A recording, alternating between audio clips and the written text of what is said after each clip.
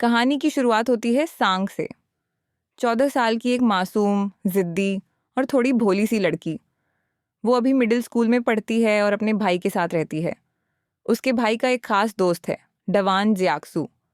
जब पहली बार सांग की नज़र जियाक्सू पर पड़ती है तो उसके दिल में एक अजीब सा एहसास होता है। जियाक्सू मजाक करता है, उसे लिटिल गर्ल कहकर चिढ़ाता है। सांग गुस्सा हो जाती है, पर भीतर से उसे अच्छा भी लगता है। शायद पहली बार उसके दिल ने किसी के लिए यूं धड़कना शुरू किया था। जियाक्सू उसके घर आता जाता है, कभी भाई के साथ पढ़ाई में मदद करने, कभी बस मिलने। हर बार सांग उसे ध्यान से देखती है। उसकी बातें, उसका अंदाज, सब उसे दिलचस्प लगते हैं। जियाक्सू उसे छोटी बच्ची मानता है, पर जब वो स्कूल से थकी हारी लौटती तो उसके लिए पानी लाकर रखता। जब वो गिरती तो उठाता, जब वो उदास होती तो हंसाने की कोशिश करता। धीरे धीरे मुलाकातें बढ़ती गईं। कभी सड़क पर अचानक मिलना, कभी किताबें शेयर करना, कभी छोटी छोटी नोक-झोंक।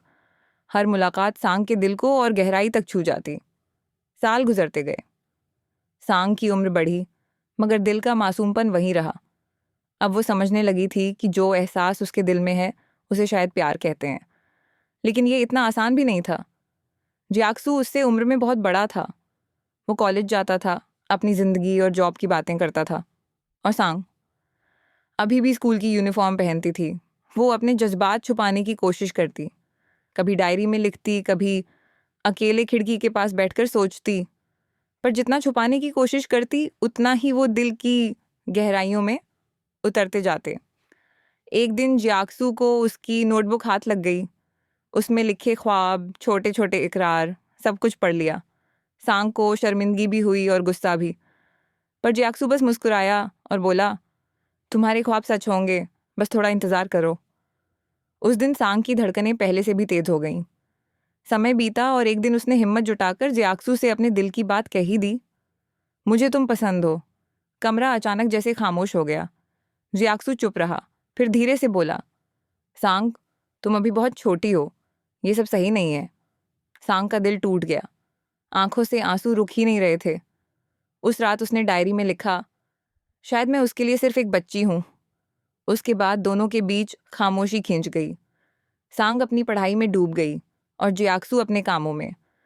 लेकिन दूरी के बावजूद उनका रिश्ता कहीं टूट नहीं पाया।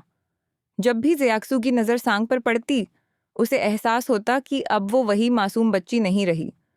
वो बड़ी हो रही है, समझदार हो रही है। और यहीं से उसके दिल में भी कुछ बदलने लगा।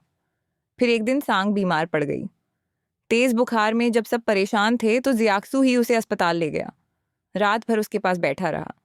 जब सांग ने आधी नींद में उसका हाथ पकड़कर कहा, मत छोड़ना मुझे, तो जियाक्सू का दिल हिल गया। उस पल उसे एहसास हुआ कि वो इस रिश्ते से कभी दूर नहीं जा सकता। सालों की दूरी के बाद अब सांग यूनिवर्सिटी पहुंच चुकी थी। उसके चेहरे पर बचपन की मासूमियत थी, पर अब उसमें आत्मविश्वास भी जुड़ चुका था। वो अब पहले से ज्यादा परिपक्व थी। उसका जन्मदिन आया। जियाक्सू उसके लिए खास गिफ्ट लाया, वही टेडी बियर जिसे उसने बचपन में चाहा था। सांग की आंखों में चमक आ गई। उसने धीरे से पूछा, तुम अभी भी मुझे बच्ची समझते हो? जियाक्सू मुस्कुराया और बोला, शायद मैंने हमेशा तुम्हें बच्ची समझा, लेकिन सच ये है कि मैं भी तुम्हें खोना नहीं चाहता। सांग की आंखों से आंसू छलक पड़े। वो कांपती आवाज में बोली, तो अब तुम मुझे सिर्फ अपनी बहन मानते हो या कुछ और? इस बार जियाक्सू ने कोई हिचकिचाहट नहीं की।